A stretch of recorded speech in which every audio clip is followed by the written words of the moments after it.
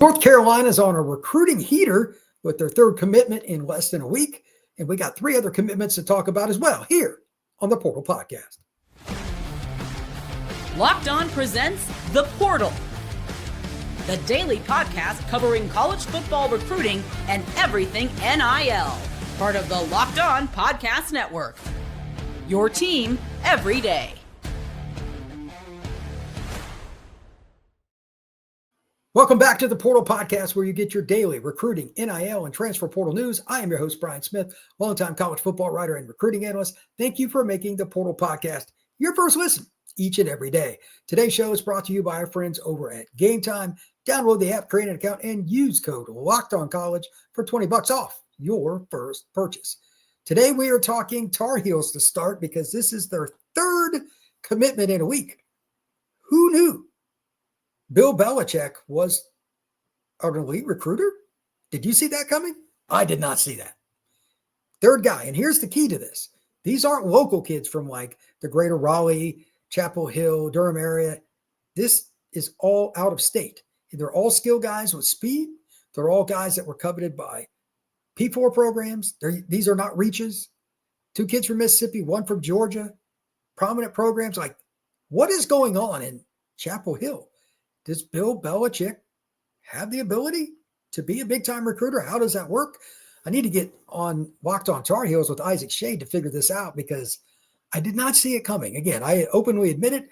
I thought they'd be a little more portal heavy and probably recruit a little better once the official visit started. But getting players early for Belichick is really important. And the latest out of Carver High School in Columbus, Georgia, one of the best programs in the Peach State, by the way, Kei'Maurii Miles. He can fly. Corner or receiver, I could see either. I lean receiver because any guy that can really stretch the field, that's hard in today's game with the way programs spread out a defense. But if they're going to run it and try to play some match defense or try to run combination defenses where you need a bunch of talent at DB, maybe Carolina plays Miles there. I would play him at receiver, but it depends on what you want to do. And Belichick obviously is a defensive-minded guy. I don't even know what spot they want, but I guarantee you there will be conversations between the wide receiver coach, the DB coach. Like, they would both happily take a player that's 6'1" and can really, really run. Kei'Maurii Miles runs by guys. He plays at Carver. They do not shy away from competition. This is one of the most prominent programs in the state of Georgia. They're always competing at the highest level for state championships, and this is no exception. They got guys, freshmen, sophomore, junior, senior. In all their classes, they got players. They just had a kid commit to Auburn. Christian Givens is a player that everybody wants, a national top 100 kid as a defensive end, and so on and so forth. They got a bunch of guys. So this kid knows what it looks like. North Carolina goes into Columbus, Georgia, and nabs one. And I say again, Bill Belichick as a top recruiter, it sounds funny, but hey, props to North Carolina and their entire recruiting staff, everybody in the NIL department and everything else for getting it done. That's a big pickup for them because they need more speed. And it looks like the Tar Heels, they're going to continue to recruit nationally. They've got kids from New Jersey to California, and they're hitting the prime SEC areas right now. So, again, hats off to North Carolina. Next, Tyrell Chatman. Speaking of recruiting heaters, it's weird what's going on. Iowa State, I believe they're up to, off the top of my head, 5 commitments from inside the state of Nebraska. Iowa State, the latest from North Star High School in Lincoln, the same town where the University of Nebraska is actually located. I don't know the backstory on this, but I know the film. Tyrell Chatman can play quarterback at the high school level, make a bunch of guys miss, just running basic quarterback draws, counters, leads, different things like that, and dominate a game because he runs away from guys after using good vision to get through that first and second level. Then he just outruns everybody. But I also know from watching him, he could be a corner, and he could be a guy that could play zone, man. It doesn't matter. He's so fluid. You want to play a match defense, kind of like Saban's scheme that he created. That's fine. But whatever it is that you want to see from him, from an athletic standpoint, he can run. This is a track kid in terms of how he runs, in terms of how he changes direction and just gets to the end zone. I think, again, kind of like I mentioned with Miles going to North Carolina, if I had my druthers, I'd probably play him on offense. But I understand it's hard to find corners. If Miles ended up at corner at North Carolina, it wouldn't surprise me. It also wouldn't surprise me Tyrell Chatman ended up playing that for the Cyclones. Cornerbacks are just hard to get. So It's a premium position. I'm sure that, again, the fight will happen between DB and receiver coaches, but whatever the case is, Chatman is headed to Iowa State, and congrats to them because they need more speed on the perimeter to take that step up as a program. Iowa State gets a really good player and a guy that right there again in Nebraska's backyard. It's a unique story. At the end of the year, I need to find out what's going on there after a signing day. Like, who's the connection and how is this happening? Why is Nebraska not getting some of these kids? It's fascinating from different perspectives. When we come back, we got 2 more commitments to talk about here on the Portal Podcast. Got a big-time player, in my opinion, that's underrated going to Wisconsin, and UCF finds a diamond in the rough in South Florida. That is next here on the Portal Podcast. Gametime makes scoring last-minute tickets easier than ever. Prices usually drop as the events get closer, and with their all-in pricing, you see the total cost up front, no surprises at checkout. Here's the best part about Gametime, the last-minute part. If you're looking for something to do, but you don't want to spend a ton of money, they got last-minute ticket deals for up to 60% off. So whether it's a basketball game, going to the movie theater, a concert, whatever it may be, check out Gametime. They've got some really cool deals. And my favorite part is this. You can see your seat view from your phone. You click on a seat, it'll show you the venue from that seat, the pitcher's mound, the basketball court, whether it's the stage at a play, whatever it is you're going to. You can use that feature right there on your phone and see what you're going to be getting.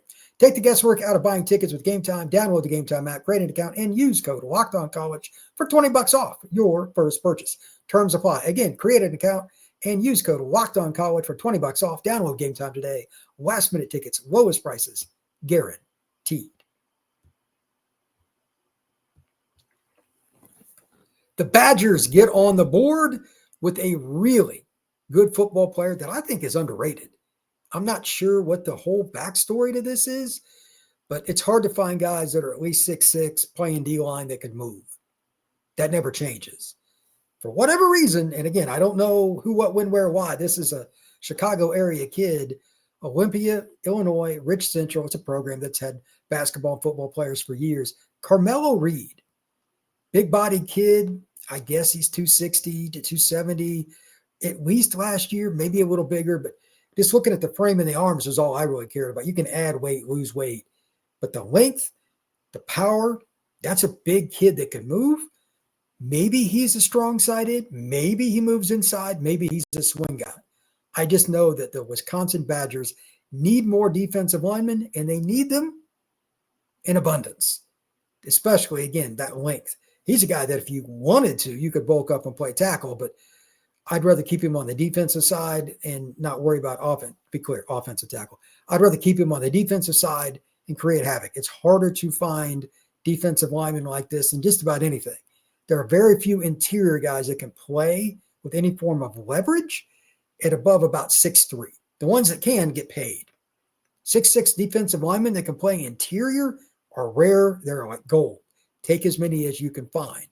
I'm not saying he's a finished product because he plays too high sometimes and he needs to add more to his repertoire in terms of pass rush. All that's fine. But those are coachable items. Can't teach frame. Can't do it.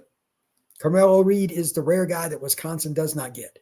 Do they keep him and all that stuff? I'm not worried about that. I already had a Wisconsin fan ask me that. I don't know. I just know he committed to the Badgers and they need to keep him. That I do know. Really good football player. Hats off to Wisconsin. He had offers from some SEC programs like Ole Miss. This is an interesting pickup. I'm surprised that he didn't end up somewhere else, to be honest, especially early. If you're a Badgers fan, you should be thrilled. Absolutely ecstatic that the Wisconsin Badgers picked up Carmelow Reed. They have very few guys like this on their roster. Again, if you're a Badgers fan, you should be ecstatic that Carmelow Reed has committed to your program. You guys don't get enough of these kind of players. Be happy. Next, Antoine Sharp, Palm Beach Central. It's a program that's had players my entire life of following this. That hasn't changed. Undersized linebackers in Florida that grow into pure middle linebackers that can cover and be three-down players. It's a thing. That's what I see from this young man. Antoine Sharp, again, Palm Beach Central. He has committed to the UCF Knights. I really like his instincts, being able to read where the ball's going, playing with leverage, not letting players get outside of him. He tackles back to the inside, he cuts off the outside, and he puts some force into those hits.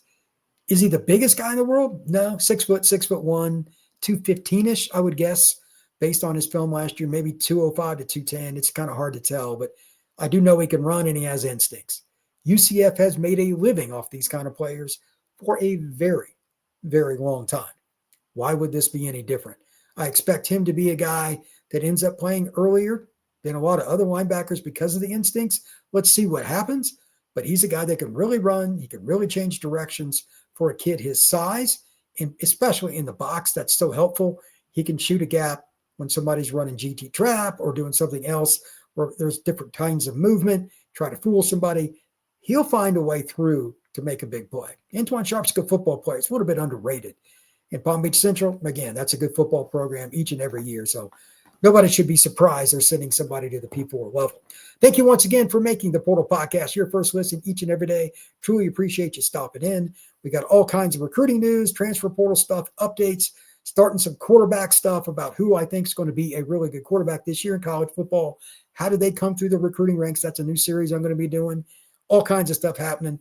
And a reminder, as I say at the end of almost every one of these podcasts, April 16th through the 25th, the official spring window for the transfer portal. It is going to be madness. If you do not watch anything else, just watch the portals, all those shows that I do on that. It's going to be fun because projecting where they would play best based on the visits they take, who jumped in, who gets hurt. There's a million different angles with the transfer portal, and this is going to be the wildest one yet. There are a few schools that need a couple extra players. There's going to be some tampering going on. There's going to be all kinds of discussion right here on the Portal Podcast. We're going to have it. So make sure you tune in, like, and subscribe. We will see you again soon.